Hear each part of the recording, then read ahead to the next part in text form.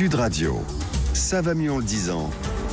Jean Dorido. Bonjour Jean. Bonjour Jean-Marie, bonjour à tous. Docteur en psychologie, fondateur de l'application Zenfi. Jean, c'est le fléau du siècle dernier, c'est désormais aussi celui du nouveau siècle. C'est celui contre lequel une bonne partie de la France va marcher demain. On parle de l'antisémitisme. Revenons à ses fondements psychologiques. Comment le psychologue explique ce phénomène de l'antisémitisme ? Alors en fait, l'explication psychologique de l'antisémitisme, ça renvoie à ce qu'on appelle en psychologie la catégorisation sociale. Le cerveau, en réalité, fait des catégories, il en a besoin, il ne peut pas s'en empêcher. Les hommes versus les femmes, les vieux versus les jeunes, les homos versus les hétéros. Et de cette catégorisation mécanique systématique naissent en réalité des clichés qu'on appelle en psychologie des stéréotypes. Les hommes ne pensent qu'au foot et aux voitures, les femmes ne pensent qu'au shopping par exemple. Et alors évidemment ces stéréotypes sont faux, ce sont des erreurs cognitives. Néanmoins, le cerveau reptilien, qui est un cerveau réflexe, eh bien lui, il croit dans ces clichés et de ces croyances erronées, toxiques, naissent des préjugés qui sont précisément des attitudes négatives vis-à-vis d'un groupe constitués et ce sont précisément ces préjugés qui entraînent la discrimination avec bien sûr l'extrémité, le stade ultime, l'agression. Et c'est ainsi que certains en arrivent à croire que les juifs peuvent dominer le monde ou alors aiment plus l'argent que les autres. Jean, il y a quand même des personnalités plus aptes, si j'ose dire, à tomber dans ce genre de délire antisémite.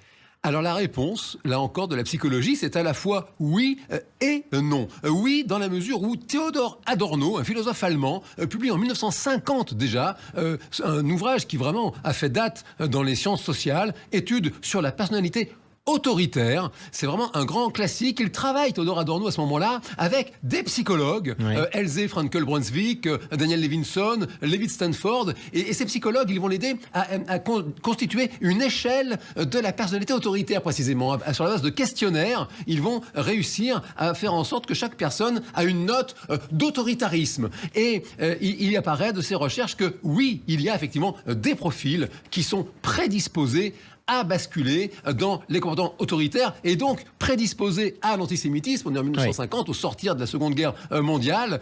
Donc oui, c'est un fait, il y a, c'est vrai, des personnalités prédisposées, Jean-Marie. Sauf qu'il y a des profils, mais pas que, il y a aussi monsieur et madame tout le monde. Alors exactement, vous faites bien de le rappeler. Et là, ce sont des études qui ont été faites par un psychologue américain cette fois, monsieur Muzaffer Sherif, qui démontre dans les années 50 que dès que vous créez arbitrairement des groupes d'individus séparés les uns des autres, eh bien, systématiquement, dès lors que ces groupes s'affrontent pour des ressources qui sont limitées par définition, alors naissent des comportements hostiles. Ils ont fait ça avec des enfants qui étaient en colonie de vacances et ils ont démontré de façon imparable, je dirais, que c'est un fait.